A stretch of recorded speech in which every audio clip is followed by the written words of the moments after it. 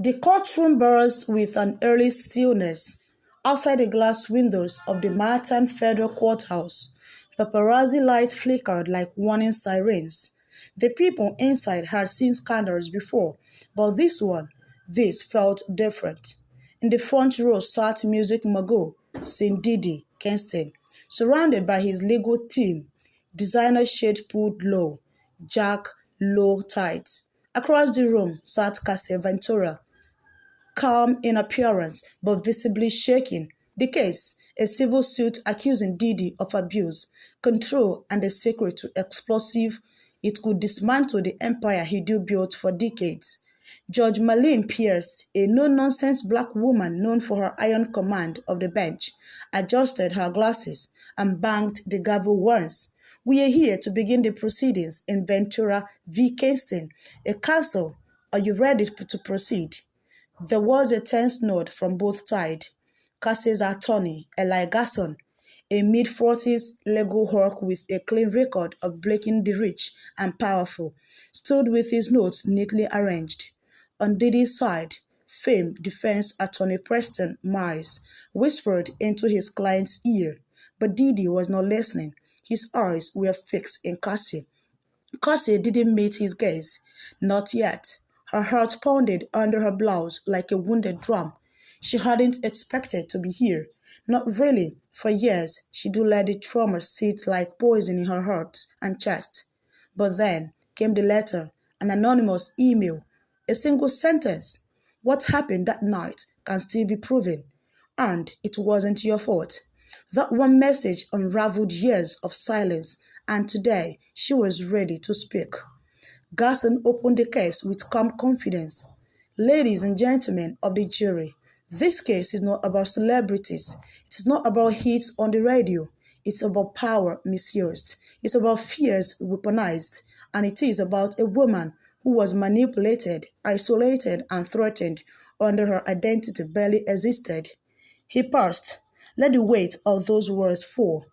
We will show you the truth about what happened behind the mansion gate, behind the flashing light, and yes, what happened that night in Aspen, the night everything changed.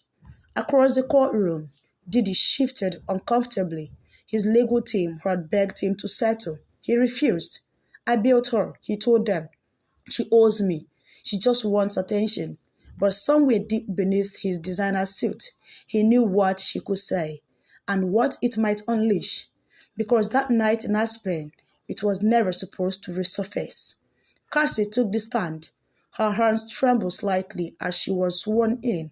Her voice, when she began, was soft but unyielding. I met him when I was 19. He said he saw a star in me, and for a while I believed him. Her eyes flickered towards Diddy briefly. He said I was his muse, his queen, but soon, being his queen meant being silent, being isolated, and always being available. The jury leaned in. Garson let the silence hang before asking, Miss Ventura, can you tell us what happened during your first year in his estate? Cassie's mouth tightened. At first, it was glamorous. Parties, trips, studios. But slowly, it became a cage. He took my phone, monitored my calls. He said the word was dangerous, that only he could protect me. But he was the danger. Diddy scoffed audibly. His lawyer objected. Your Honor, relevance? But Judge Pierce waved it off. Overruled. Let her speak. Cassie continued, eyes wet but strong. He began controlling when I ate, what I wore, who I look at, and when I tried to leave, he threatened my family. He said he'd destroy my career, that I do nothing without him. The courtroom was stunned. Whispers flickered like embers through the gallery. Diddy looked enraged now, his voice and jaw clenched, fingers tapping rapidly against his thigh. He had come prepared for accusation, but not his level of exposure. Cassie paused, breathing through the lump in her throat. But it wasn't just the night in Aspen that I truly feared for my life. Garson walked slowly towards the jury box. Tell us, Cassie, what happened that night in Aspen? The lights overhead seemed to flicker. The room shrank into silence. Diddy's entire body froze. Cassie closed her eyes for a moment, then opened them. That night, I found a file on his laptop, a file labeled Insurance. She looked straight at the jury now. Inside were videos of women, of me, things I never consented to. And when I confronted him, he lost control. He grabbed me, slammed me against the wall, and then he said something I will never forget. If you leave, you will never make it out of this alive. A wave of gasp swept through the courtroom. Even the stenographer paused for a split second before resuming her frantic typing. Garson slowly turned to the jury. You heard that. Ladies and gentlemen, he threatened her life over a folder of secret footage. This wasn't a fight between lovers. It was a moment of violent control, calculated silence, and criminal manipulation. Judge Pierce leaned forward, her eyes narrowing on Diddy, who now stared at the table like it owed him an explanation. Outside the courthouse, reporters scrambled to update headlines. Cassie dropped Bombshell in court. Diddy threatened my life. One tweet read, News vans repositioned. Talk shows went live. Social media exploded with the hashtags Aspen night. And while Cassie's testimony sent ripples across the world, Diddy's team tried to regroup behind clenched teeth. Preston Miles called for a recess. My client is visibly distressed. We request a short recess to address this with our team. Judge Pierce nodded. 15 minutes. Don't waste it. In the hallway, Diddy exploded. I told you this would happen if she opens her mouth. Preston held both hands. You said she didn't have proof. See? You will see the files were wiped. They were, he backed. Unless someone got to the cloud backup, and then he went still. God! Andrew, his former assistant. Quiet. Obedient. Fired mysteriously 3 years ago. If Andrew had the files, he could bury him alive. Back inside the courtroom, Cassie sat quietly. Her mouth was in the gallery now, clutching a rosary, whispering prayers. Eli Garcia leaned in. You are doing incredibly. Cass? But are you sure you want to mention the names on the footage? Cassie nodded. They need to know it wasn't just about me. It was bigger, much bigger. He exhaled slowly. All right, we'll go there next. When the court resumes, Garson approached the bench. Your Honor, with your permission, we would like to submit an encrypted copy of Exhibit E, a recovered folder from a secured backup tied to Mr. Kingston home server. Preston Myers objected immediately. There is no verification. Those files weren't fabricated, but Judge Pierce had already seen enough. Motion overruled. Proceed. A large screen flickered on. Garson clicked play on a muted video. Faces blurred for privacy. The footage showed a lavish room. Low lighting. Cassie seated with a drink. Her body language tensed. A man, clearly Diddy, by silhouette and voice, approached her. You know what to do, right? He asked. She didn't respond. He leaned closer, smiled for the camera. It cut abruptly. The jury was pale. One woman clasped her hands over her mouth. Cassie turned away. She couldn't watch it again. She remembered that night in Miami. The party was his idea. The guests were his friends. She didn't even know the cameras were on until months later when she caught him rewatching the videos. It's just for memories, he had said. But she knew better. It was for leverage. Garson's voice shook as he continued. This was one of several videos. There were names on the other tapes. Women, some minors, industries, newcomers, dancers, artists. These are not the actions of a man seeking love. These are the habits of a predator who believes he owns people. He turned to Diddy. Do you deny this your voice? Diddy stood, rage flaring. This is bullshit. Judge Pierce banged her gravel hard. Sit down, or I will hold you in contempt. The tension shattered the courtroom. Silence. Diddy slumped back into his chair, breathing hard, For the first time, he looked not just angry, but afraid. He whispered something to Preston, who immediately stood and said, "Your Honor, given the gravity of this accusation, we request a delay to prepare a response to these newly introduced files." Judge Pierce was unmoved. Denied. "You had time.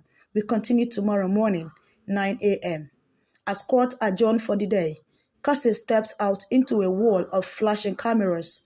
Her voice quivered as she read a short statement. "This is not about revenge. This is about truth. And to every girl or woman still afraid, I see you. I believe in you. And I hope this trial sets you free too." As her voice faded, Diddy stood behind the courthouse glasses, watching her expression unreadable. The empire he built now stood on a cliff, one whispered away from collapse. The next morning, the courthouse overflowed with process and press, protesters, supporters, fans, and curious overlookers who gathered outside, their chants echoing up the marble steps. Cassie arrived in a beige blazer, minimal makeup, and eyes filled with reserve. Inside, Diddy sat motionless, his phone confiscated for violating court protocols. Judge Pierce walked in at exactly 9 a.m. "Let's continue." Gasson rose. "Your Honor, we call our next witness, Andrew Lang." The door swung open. In walked a tall, reserved man in his 30s, former assistant to St. Kingston. Diddy's jaw tensed. Andrew took the stand, adjusting his glasses. "Mr. Lang," Gasson began, "what was your role in Mr. Kingston's organization?" Andrew replied, "I was a personal assistant. I managed his schedule, travel, and digital files." "What kinds of digital files?" Gasson pressed. Andrew hesitated.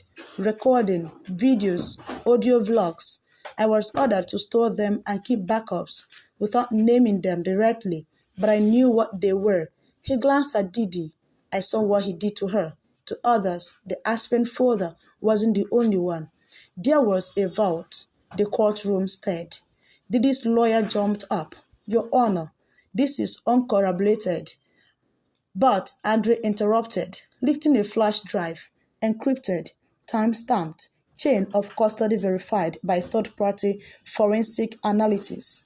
"You will find metadata confirming the videos we are taking using Mr. Kingston's security system."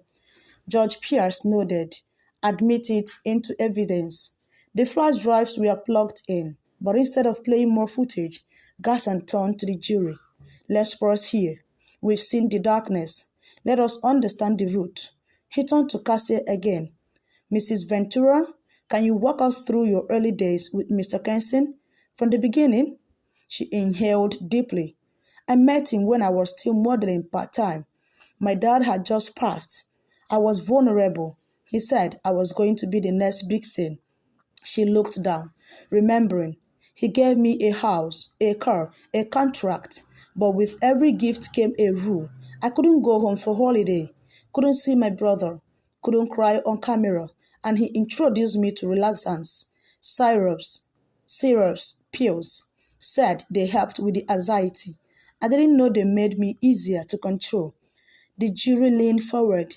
She continued, "Once I tried to leave, he found me at the airport, pulled me aside and whispered, 'If you walk away, I will leak everything I have on you, even the parts you don't remember.' I was 22. I went back." Her voice cracked. "It wasn't love. It was surveillance." Gasson spoke gently. "Did anyone ever try to help you?" Garcia blinked. Slowly. "One person, a backup dancer named Lyrics. She saw the bruises once, said I should run. 2 weeks later, she was fired and deported. No warning, no trace. After that, I stopped trusting anyone." Silence fell. Then Gasson turned. "Your Honor, would you like to request the courtroom to summon Lyrics Mwansa, now living in South Africa, to testify remotely?" Judge Pierce nodded. "Well, permit remote testimony under special witness protection protocols. Please proceed." The courtroom monitor flickered. A woman's face appeared, soft, worn, but still beautiful. "Miss Mwansa," Gasson began.